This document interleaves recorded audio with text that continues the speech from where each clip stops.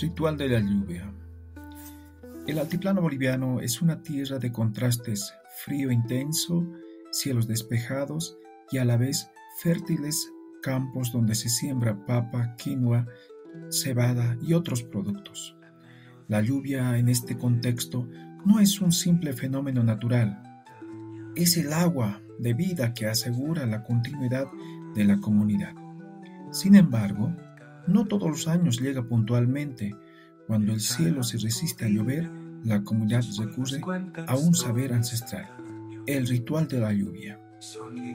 Este ritual nos muestra cómo mito, rito y símbolo se entrelazan en la cosmovisión andina para garantizar no solo la cosecha, sino también el equilibrio espiritual entre el ser humano, la naturaleza y lo sagrado. El mito, en la tradición andina, la lluvia está vinculada con los huacas, con la Pachamama y con los apus, los cerros protectores que resguardan a las comunidades. La falta de lluvia se interpreta como un desequilibrio entre los humanos y las deidades.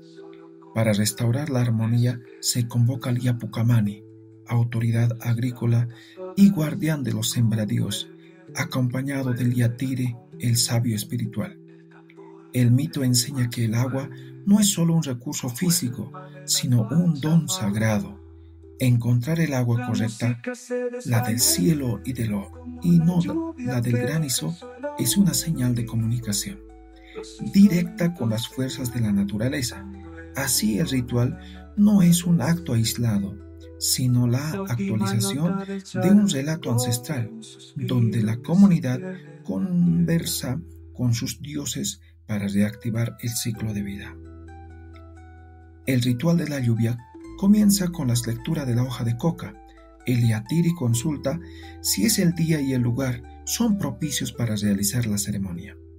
Una vez confirmados, las autoridades originarias y los yapucamanis se dirigen en la noche hacia los cerros, lugares sagrados de energía sagrada, donde nacen manantiales y pozos de agua. Al llegar, deben identificar el agua de lluvia verdadera. Para ello utilizan un método ancestral. Vierten el agua sobre un poncho de lana. Si el agua forma grumos y no traspasa la fibra, es agua de granizo y no sirve. Si fluye sin dificultad, es agua de lluvia y se considera apta para el ritual. El yatiri, mediante ofrendas de coca, alcohol y dulces, pide permiso a la Pachamama y a los huacas. El agua se recoge en un yuru, un cántaro especial, y al ritmo de pinquilladas o tarqueadas, las autoridades y comunarios bailan y cantan mientras trasladan el agua hacia los ailomas, las tierras comunales de siembra. El trayecto dura toda la noche. Al amanecer, el agua se deposita en los campos con una nueva ofrenda. La comunidad espera con fe. Si el ritual se realizó correctamente, la lluvia llegará ese mismo día, devolviendo la esperanza de una buena cosecha. En este ritual, cada objetivo tiene un valor simbólico profundo.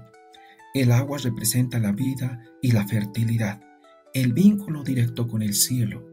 El poncho es símbolo de sabiduría ancestral, pues sirve como medio para discernir entre el agua de granizo y el agua de lluvia. El yuru, el cántaro de barro, simboliza el vientre de la tierra que guarda el agua sagrada. La hoja de coca actúa como una medida espiritual entre los humanos y las deidades, y la música comunitaria es símbolo de alegría, unidad y confianza en que la Pachamama escuchará la petición. Estos símbolos recuerdan que la vida andina no se basa en la reparación entre lo natural y lo sagrado, sino en la unidad de todos los elementos del cosmos. El ritual de la lluvia es más que una ceremonia agrícola, es la actualización de un mito ancestral, expresado en un rito comunitario y sostenido por símbolos cargados de significado. Este saber nos enseña que los pueblos andinos no son meros espectadores del clima, sino actores que dialogan con la naturaleza para buscar equilibrio. En tiempos de crisis climática global, Estas prácticas nos invitan a reflexionar. ¿Qué pasaría si la humanidad entera aprendiera a tratar el agua, a la tierra y al cielo con el mismo respeto con que los pueblos indígenas andinos lo hacen desde hace siglos? Revalorar estos rituales es también revalorar la memoria, la identidad y la espiritualidad de nuestros pueblos. El ritual de la lluvia sigue vivo y nos recuerda que la vida depende siempre de nuestra relación sagrada con la Madre Tierra.